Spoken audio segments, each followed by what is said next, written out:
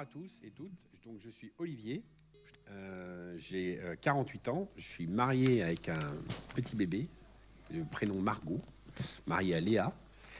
Donc, je suis donc gérant d'un garage de voitures américaines de collection dans le 91, donc, qui est aussi une passion. Donc, je fais de ma passion mon métier.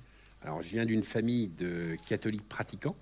Maintenant que j'ai fait confirmation, baptême, etc., le cursus classique de tout catholique digne de ce nom. Et puis, mes parents sont très impliqués dans la vie paroissiale de leur région. Donc, j'ai toujours baigné dedans. J'allais à la messe tous les dimanches avec mon père, etc. Donc, j'ai rencontré Dieu par mes parents, en fait. J'ai pas eu de déclic comme j'ai eu récemment, clairement. C'est-à-dire que c'était plus une habitude et puis un cheminement parce que de suiveur, en fait, ni plus ni moins, en étant adolescent ou enfant. Après, à mon âge adulte, à l'âge adulte, je m'en suis éloigné. Et puis, j'ai fait tout un tas d'actions ou de choix qui n'étaient pas en accord avec Dieu, clairement. Jusqu'à un certain âge, vers 40, vers la quarantaine, où je me suis quand même dit, après des situations où je sentais qu'il y avait la petite voix qui me parlait, où il y a eu des moments où vraiment, si je pense avec le recul maintenant, si Dieu n'avait pas été là, je me serais effondré. Quand je dis effondré, c'est socialement, financièrement, ou choses comme ça. Et donc, avec une suite de 3 actions comme ça qui sont passées au cours de ma vie, où je me suis rendu compte qu'en fait, là, il y avait clairement quelque chose. Il fallait que je me rapproche de Dieu. Voilà. Par contre, je ne savais pas comment. Retourner dans une église avec un prêtre, parler à un prêtre, où pour moi, dans ma vision, en fait, ils sont complètement en dehors des réalités. Donc, leur parler, c'est comme parler à un mur. Des fois, ils vous donnent des réponses qui sont sans bon sens par rapport à la question que vous avez posée. Donc, voilà, c'était mon ressenti. Je dis pas que c'est une réalité pour tout le monde, c'était le mien. Je m'y retrouvais pas, en fait, ni dans les paroissiens, ni dans les prêtres. J'arrivais pas à leur parler, j'arrivais pas à avoir une promiscuité ou une complicité avec eux. Et donc, Léa, un jour, m'a ramené, a voulu venir dans cette église ici. Donc, comme elle n'avait pas le permis à l'époque, c'est moi qui l'ai conduit. Et là encore, il y a eu la petite voix. On cherchait, on trouvait pas. On cherchait, on voyait l'heure qui passait, la cérémonie commençait, etc. Et elle me dit non, mais laisse tomber, on rentre à la maison. Et il y a eu cette petite voix que j'écoutais pas trop encore, mais je l'entendais un petit peu. Et dit non, vas-y, cherche encore. Et on est venu ici. Et on a enfin trouvé. Donc en milieu ou en fin de célébration, on est arrivé vraiment à la fin. Et là, j'ai rencontré donc Lorenzo et Benoît. C'est les 2 premiers que j'ai vus en arrivant. Et le déclic s'est fait comme il ne s'est jamais fait avec personne, avec aucun prêtre en fait. Voilà, ni plus ni moins. Et donc, je me suis rapidement senti chez moi, comme j'ai jamais été dans une église. Voilà. Alors, je parle d'église bâtiment en catholicisme. Là, on parle d'église communauté. C'est-à-dire que là, j'étais vraiment avec des gens entre guillemets comme moi. En plus, alors évidemment avec le groupe des 5, là, Tony, Benoît et Lorenzo et Romuald, on a les mêmes goûts dans la vie de tous les jours. Donc ça aide à rapprocher aussi. Et donc, j'ai pu me rapprocher de Dieu par leur intermédiaire, en fait. Voilà. C'est eux qui m'ont montré le chemin pour me rapprocher de Dieu. Ça a tout changé dans ma vie, vraiment. C'est-à-dire qu'en fait, on se rend compte que quand Dieu n'est pas là, on fait des choix qui sont mauvais. Enfin, je parle pour moi. C'est-à-dire qu'on croit qu'on va pouvoir gérer tout seul parce qu'on gère tout seul de toute façon. Et puis en fait, non. C'est-à-dire que tu fais de la merde. Non, là, c'est pas ça, c'est la petite voix. Toute petite, c'est le petit murmure, tu vois, c'est le bruissement de feuilles qui dit, tiens, là, ça, non, pas là. Non, ça c'est... Non, tu fais pas ça. Alors au début, comme c'est très très doux, tu vois, tu l'entends pas. Tu veux pas l'entendre surtout parce que ça va pas forcément dans ce que tu veux faire. Et aujourd'hui, en fait, je l'entends mieux. Je l'entends mieux. Et évidemment, quand tu écoutes cette petite voix, bizarrement, tes choix sont plus réfléchis. Voilà, c'est très simple. Et cette petite voix, elle a toujours été là.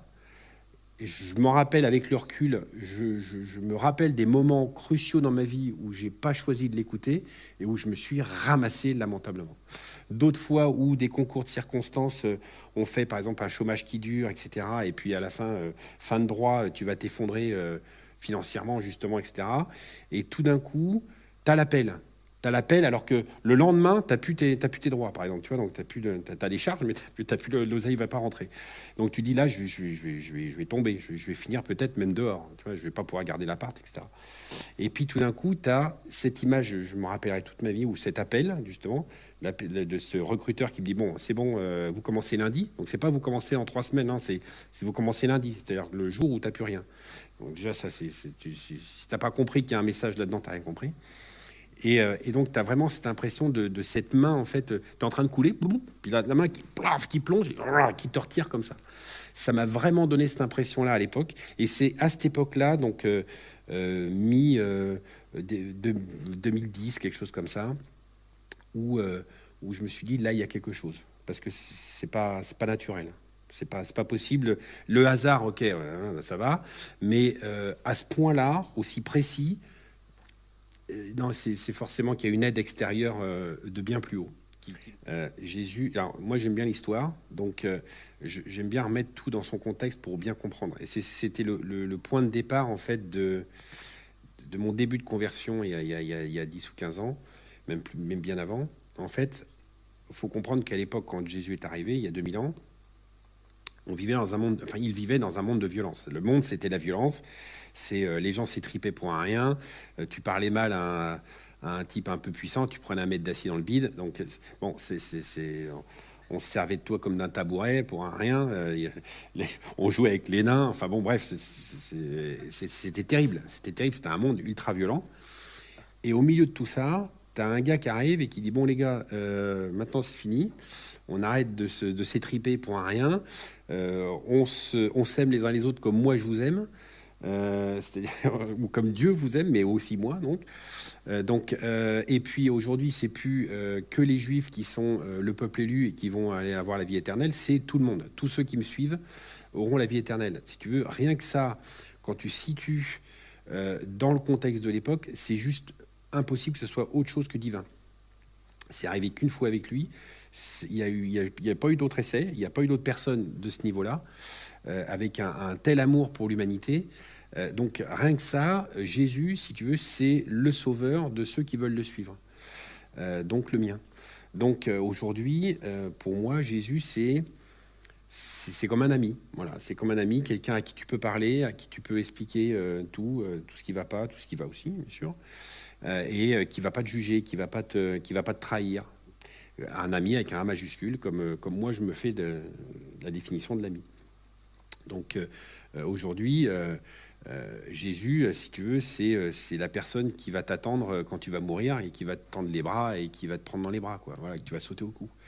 Et ça, c'est une image qui me fait rêver. Suite au cheminement que je viens d'expliquer, je décide de me faire baptiser parce que je veux montrer à la communauté dans laquelle je me sens bien pour la première fois de ma vie, donc qui est l'église de l'Abri. Je veux montrer à la communauté que voilà, j'ai décidé aujourd'hui, après des années d'errance, de me rapprocher de Dieu et de Jésus, et je veux l'expliquer à tout le monde. Voilà, que je fais partie de la communauté, et que je me sens bien dans cette communauté, que je veux suivre Dieu maintenant pour le reste de ma vie, et rejoindre Jésus quand il l'aura décidé. Alors évidemment, je voudrais remercier quand même mes parents, parce que c'est quand même eux qui m'ont initié, même s'ils ne l'ont pas fait autant qu'ils auraient voulu. Mais c'est quand même eux qui m'ont amené vers Dieu dans les prémices. Je remercie ma femme aussi, parce que si elle n'avait pas voulu venir ici, je ne serais jamais venu, et je serais peut-être toujours en errance. Et puis je veux remercier aussi mes 4 acolytes, donc Lorenzo, Benoît, Tony et Romu, parce qu'ils sont là, ils font partie de mes êtres chers aujourd'hui. Et encore une fois... sans eux, j'avancerais peut-être pas aussi vite que j'avance aujourd'hui. Surtout, et puis j'oublie Janie. Attention, pas d'erreur. Janie, évidemment, enfin les 3 pasteurs de l'Église qui sont comme des référents pour moi. Donc vraiment, je les remercie du fond du cœur, parce que c'est grâce à eux que j'en suis là et que je peux progresser et que je vais pouvoir avoir une deuxième moitié de vie sûrement bien meilleure que la première.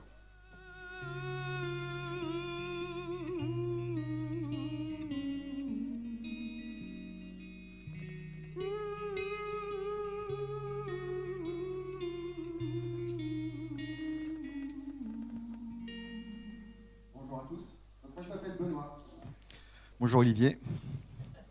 Tchuss. Ça va? T'es bien? L'eau est bonne. J'ai vu que tu t'es habillé en blanc, il va falloir faire attention de ne pas te perdre dans la baignoire. Ouais. Quelle histoire, hein, quelle histoire, hein. Des rencontres, des personnes qui t'ont mis sur le chemin, tes parents, Léa, nous ici, tout ça pour que Jésus se manifeste à toi. Quelle histoire. Et aujourd'hui, le jour de Pâques, voilà. Alors Olivier, je vais te tremper dans l'eau comme Lorenzo l'a appelé, je vais te boucher le nez avec ça. Mais auparavant, je voudrais quand même te poser quelques questions. Non, pas ambulancier. Alors, Olivier, est-ce que tu crois que Jésus est mort pour ton péché? Oui, Est-ce que tu crois qu'il est ressuscité d'entre les morts? bien évidemment. Est-ce que tu veux le suivre? Plus que jamais. C'est formidable. Et c'est pour cette raison que je vais te plonger dans l'eau pour matérialiser cet engagement que tu prends ici devant nous. Je te remercie de l'avoir fait. Je remercie le Seigneur aussi de t'avoir conduit jusqu'ici. Et je vais te baptiser au nom du Père, du Fils et du Saint-Esprit.